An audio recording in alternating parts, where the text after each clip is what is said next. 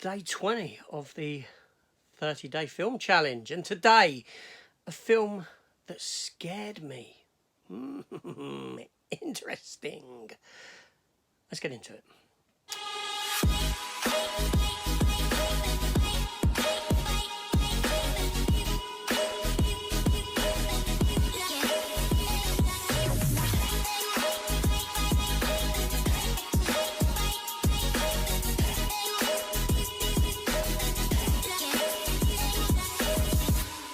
Okay, hello everyone and welcome back to day 20 of the 30-day film challenge. We're getting through these quite fast. There's only 10 more to go. 11 more if you count the additional one that I'm going to give you at the end to make it a 31-day film challenge. And why not? And today we're going to be talking about a film that scared me. Oh, this is interesting. Okay, let's begin as to why. All right, so I'm not a big lover of the horror genre whatsoever. And part of the reason for not being a lover of it is because horror films don't scare me, generally. They don't scare me. They cop out at the ending, I get the big reveal or whatever's going on, and it's like, it just turns to a joke. So I'm very rarely scared by a horror film. So, with this film here, I'm going to have to go back to my childhood, and I'm going to have to go back to 1984 when I was about 8 years old, and I was introduced to none other than Freddy Krueger. And I'm talking about the first Nightmare on Elm Street film. Now you've got to think the other Nightmare on Elm Street films hadn't come to be yet. Talking about the first one, just the first one, and you know, it's a great film, isn't it? It's a really strong film that came at us, and you know, we had that slasher type of films coming about in that sort of an era.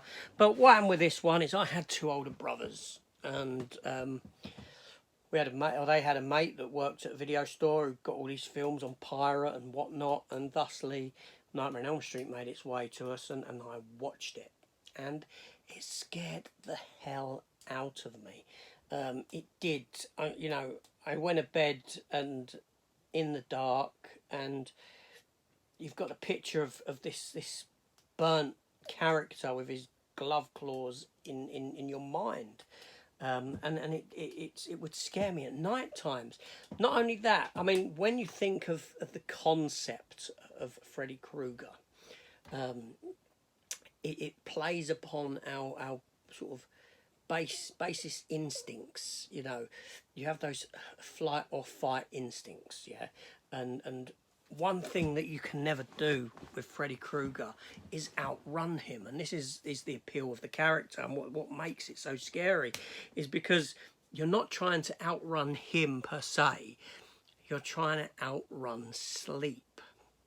Sleep is something that we need. Sleep is something that fundamentally happens to us, and we can't stop for happening. We can't stop sleep.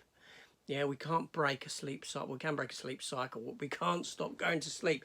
You may be able to stay awake for an extended period of time, but sooner or later you have to face the fact that you go to sleep, and that is when this geezer is there waiting for you. So it plays into this fundamental thing, and it juxtaposes itself, you know, in that sense, in the sense that safety of being awake and being unsafe when you're asleep.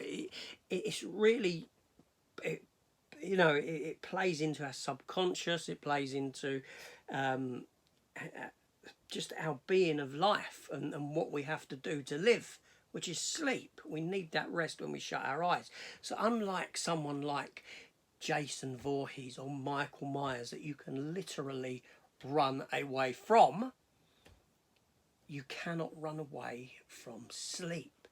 And that's what it comes down to. So as a young kid of about 8 years old, seeing this film and then knowing that I'm having to go to sleep at night, where the lights are out, where it's dark, when your mind is well, before you sleep, it's in full flux, and noises are amplified because sound levels outside are reduced. Ambient sound is reduced at night time. So littler noises seem louder and your mind seems louder. And when you're in the dark and you can't see anything, your mind makes all those pictures for you. So this character here, for the first Nightmare on Elm Street film, scared the living crap out of me because there was no escaping sleep. And sleep is he is the embodiment of sleep. It's the fear of him, but it's the fear of sleep as well. Do you see what I'm saying? Yeah, obviously the character itself became a bit of a joke as the films went on and that sort of a thing, but the very first Nightmare on Elm Street film is a masterpiece. It is. Wes Craven done a fantastic job with the film, with the character. Robert Englund as the character was second to none. He is Freddy Krueger. Robert Englund is Freddy Krueger. It's one of those characters that you can't really recast. I know they attempted it with Jackie Earle Haley, but to lesser degree. Robert Englund is Freddy Krueger at the end of the day, and as a kid that scared the living crap out of me. So there we go. Is there any film that scared you? Let me know in the comments down below. Even as a child, or is there films that scare you now when you watch them? Or don't you get scared? Are you like me? Or let me know the first time a film did scare you. Whatever you want. And then come back tomorrow for the next day. Because we're getting there. This next question is just around the corner.